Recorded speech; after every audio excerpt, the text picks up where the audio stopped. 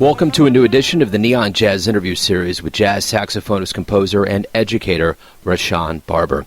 We talked to him about his latest 2021 double CD called Mosaic and his life in music.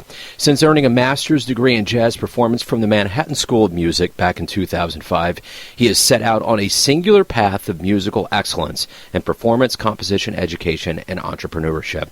During his performing and recording career, he has embraced an ever-expanding range of musical styles like jazz, blues, funk, classical, fusion, soul, Latin, and world music. He is also a skilled educator and has some great insights into a career that is heading in the right direction. Enjoy. All right. Hey, man, thank you for taking a minute out. I appreciate it.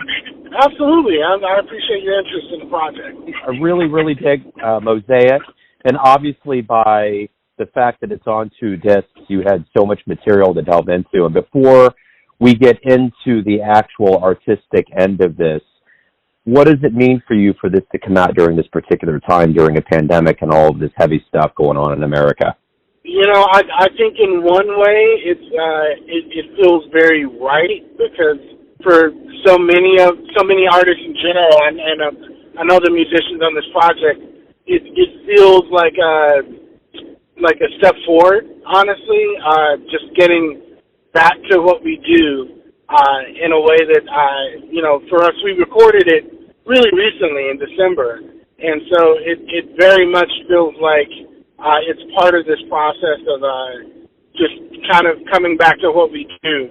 But also I think it was different for us because the pace of a musician, especially musicians around Nashville, the pace of that life is normally very fast. You know, to have these musicians get together when really most of us hadn't gotten together and listened to music and made music in the moment in some time. And so it feels very special, and I feel like our ears were in a different place just because I think we had just this, to me anyway, it's a tangible value for just hearing music in the room, you know, and what that experience is spiritually. So I felt like we were able to, there's a little bit of that, the specialness of the situation. I think a lot of times, you know, we talk about the challenges to life in a pandemic situation, but this was kind of an oasis in a way of an experience for us. And I think a lot of times work comes up and you think about it like it's just work, and this did not feel like that at all. I think because we all came to it thirsty in a certain thirsty for that sort of collaboration and communication musically.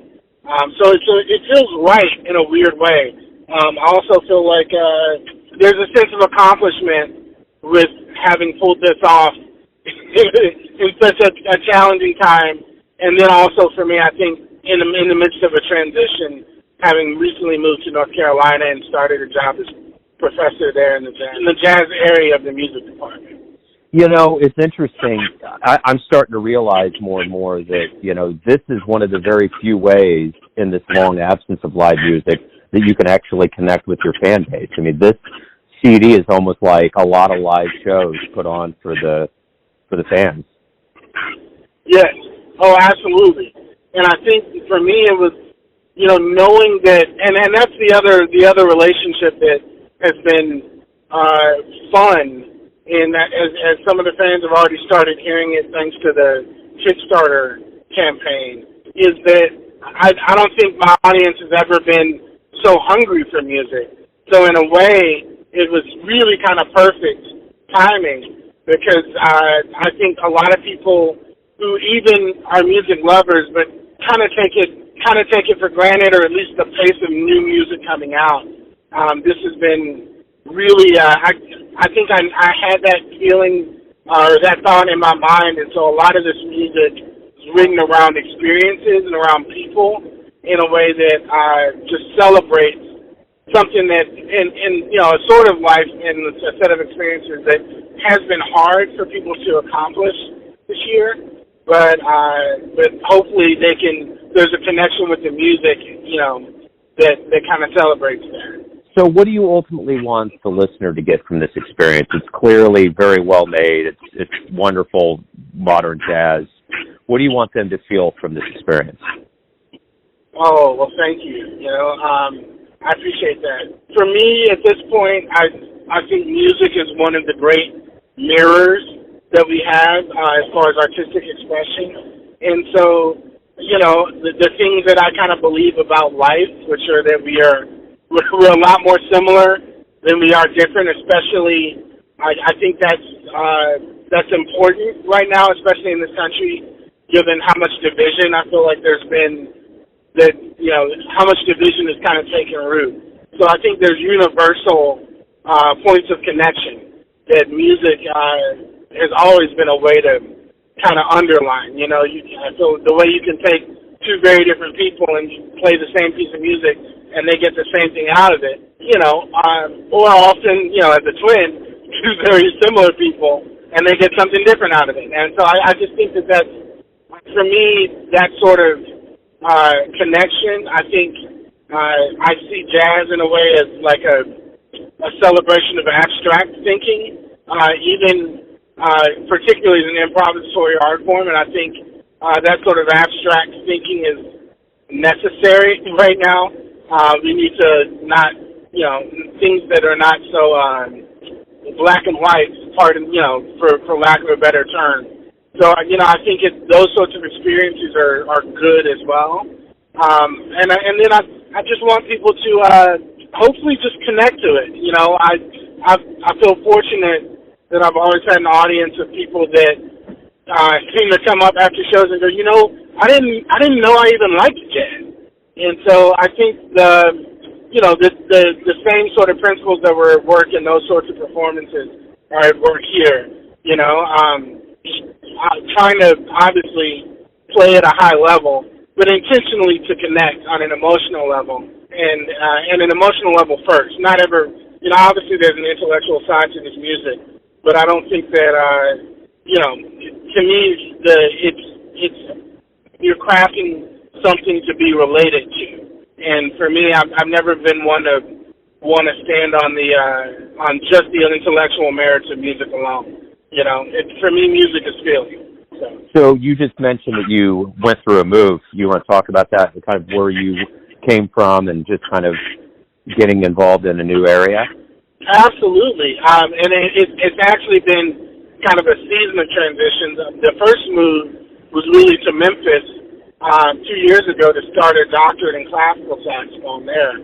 And I had every intention of completing the coursework, which is a two-year coursework, and halfway through it, I was able to get started with a tenure track position as a professor with the University of North Carolina at Chapel Hill following Jim Ketch's retirement. And Ketch was the face of the program for 42 years, and rightfully so.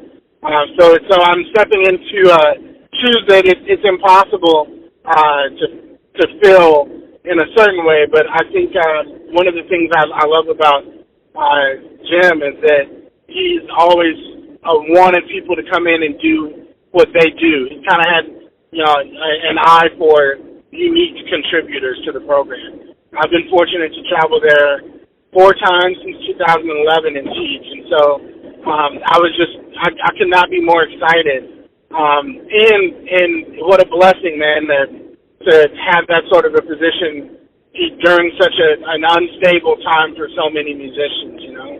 I don't take it for granted. It's actually has been huge in facilitating this record. I don't think that this record would exist without that position. So it has been a huge amount of transition. I will say that. At times exhausting, but inspiring in a way too. You know, I find myself stepping into a point in life where, you know, there are things and, you know, desires about my life and things that I want that are as important as music, if not more. And so, you know, to be able to have Chapel Hill as a base for that is just really exciting. Talk to me about growing up. Talk to me about your childhood and how jazz became your life. John, where to start? The best place would be my grandmother. You're actually reminding me of 2 tunes on the record. There's one tune called Catch as Catch Can, which is a tribute to Jim Ketch. But there's another tune called Sunrise Service, which is about going to my granny is kind of the musician that we all, she's the trunk of the tree that we're all the branches to. An incredible pianist, an incredible educator in the public school system as well. She taught in public schools for 37 years and retired to help my mom, with raising my older brother and my twin brother and myself. And so she's an angel, man. She was an angel. That's the best way I can say it. But I would go to sleep at night, and she was an avid practicer, which is kind of where I get it. And she would always wait. She'd want to practice when the house was quiet. And so, as I remember as a kid, most every night as I went to sleep, she would start practicing, and it was mostly Ravel and Debussy and then the gospel. She played piano at the church that we grew up going to as well. And so it would be hymnals, it would be, and then the classical work. Just about the time it would be time for me to wake up and go to school, she'd be wrapping up her practice routine. She would have practiced through the night, and then she would get up from the piano, cook breakfast, help me and Roland get up and get out to school, and then she would go to bed. And she'd wake up about the time that we got home, and so she was able to cover when my mom was working a work day. She was able to cover the other hours that way in a way that was. The older I get, man, the more appreciation I have on a daily level for what she did and what she means, But she really introduced me to jazz. My great uncle is a jazz saxophone player in Philly, and so he had a record collection that she had kind of procured after his passing. And Don Bias was her favorite tenor man, as she said. So she liked Don Bias and Gene Ammons, and so it meant that by the time I went to undergrad at Indiana with my twin brother Roland, I kind of liked Ben Webster and Lester over Don Bias and Coleman Hawkins, but that was my kind of jazz world at that point. So, much to my chagrin, when I walked in as a freshman at IU, everyone looked at me and went, "Wait a minute, you sound like that?" And I thought that was just the way that saxophone sounded. And so, fortunately, my twin brother and I studied hard at Indiana University and then went to Manhattan School of Music for a master's degree. But everything was kind of a lot was in place, I'll say. I didn't really have regular lessons until I went to college, and so there was a quick development thanks to my saxophone teacher Tom Walsh there and David Baker, of course. So once I got into that approach study, it was great. But yeah, it was really in the house. My older brother's a saxophone player as well, and he and my twin brother Roland, we used to just get in the kitchen with play-alongs and pretend that we were the Marsalises or the Jazz Messengers. We were kind of always drawn to those groups where there was just a spirit of camaraderie as opposed to sort of competitive settings. We weren't. I've never really been, big on competition with music, but it's always been a way to connect and express, especially with family. What was the first live jazz show that you ever saw that really inspired you? There's a local piano player named Bob Holm, and I remember he was kind enough later on to let Roland and I, as high school students, sit in with the Fisk University Jazz Ensemble that he directed. But I remember seeing him play, and I exaggerate that one bit, man. He was, I would equate it to when I saw McCoy Tyner or Chick Corea. He was absolutely a musician of that magnitude. We would have chosen Nashville because it kind of let him be a family man and not have to be on the road away from his family. And he actually was the organ player at the church. My grandmother was a piano player. Was the piano player that our family had founded 7 generations back. And I remember seeing him, and I could not sit still. That's the one thing I remember is just I'm physically feeling everything that he played. From there, I'd say before I left for college, I saw Sonny Rollins, I saw Joshua Redmond, and those two were big. Those two were really big. Oh, and Joe Henderson, I should say. Joe Henderson as well. My junior and senior year in high school were just, as they say, with embarrassment of riches, I think is the phrase. But, my mom, if Roland and I said we wanted to be astronauts, she would have driven us to NASA and knocked on their door and told them that she had two young astronauts in the car. She is that kind of mom. And so, it was nothing that just, I remember we come in from school on a Friday and she'd say, Antonio Hart is playing in Louisville tonight. You guys want to go? And we'd say, yeah. And so, we everywhere around the South, man, if there was great jazz happening, we were in the car, as high schoolers. We also did the Aebersold camps growing up, and we're exposed to a lot of great musicians there. James Moody, Clark Terry, a lot of cats. So. What do you like the best about being a professional musician? Yeah, I think at this point, the range of what my work entails. I love that it's been everything from touring with Kelly Clarkson to playing with Brian Blade and a 60-piece choir. There's the expressive qualities. There's also a potential to learn about oneself. It is reflective and expressive at the same time. So for me as an art form, to be able to interact with music, I try not to say it too loudly, but I do something for a living that I would do for free, and that is just the biggest blessing in the world. So just the passion that I have for it is just as strong as 25 years ago, and so for me, especially as I find myself doing much more work as an educator now, UNC is an undergrad only school as far as performance goes, and I've always been drawn, for me, that's kind of the window where everything locked into focus, and to be able to see those light bulbs going off as well, and play a role in mentoring these incredible young musicians. That's kind of an even newer part of the journey and how I see myself. That I always think about the things that I would go back and tell 20-year-old me, and to be able to pour into others that way has been really wonderful as well.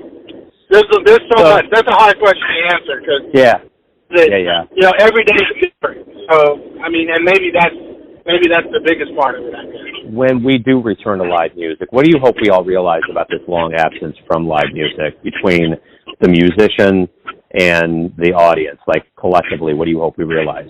I hope that on one level that musicians, I hate this to sound weird, but musicians are people too, and that I hope that musicians have realized that playing music makes them a musician, not recording music, not putting out albums, not the normal sorts of metrics of success, but music has a purpose in our lives that even if we don't have an audience, it serves us and pours back into the well, so to speak.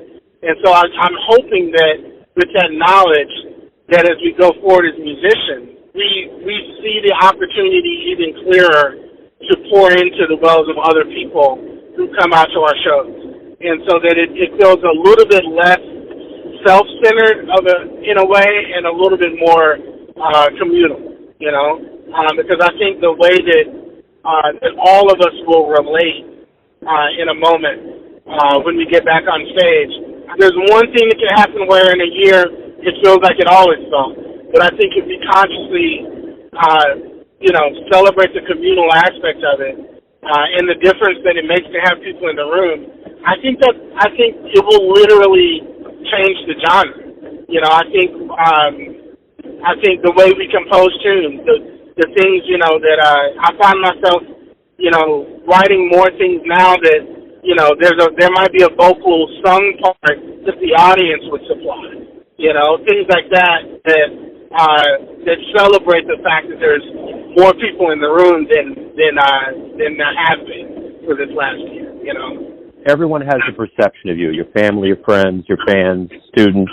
But you're the one living your life. Who do you think you are? That's great. That's really interesting. So recently I've taken this Myers-Briggs thing, the ENFJ, whatever your letters are. And it's been really eye-opening because I would say, and I'm normally, maybe a little skeptical, but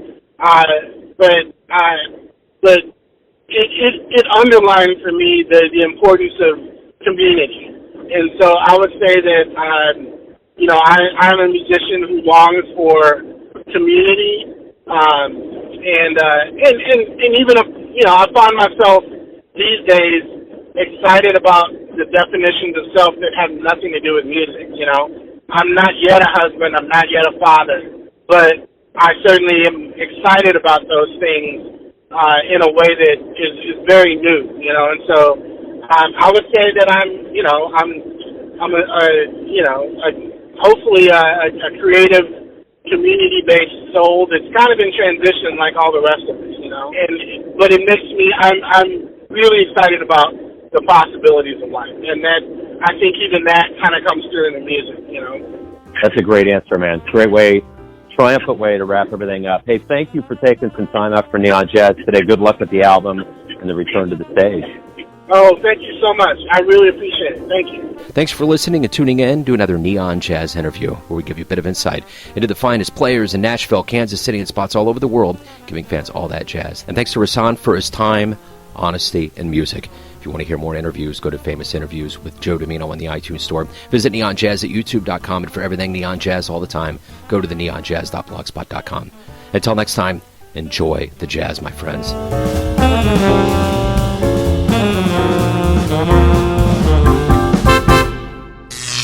Neon Jazz.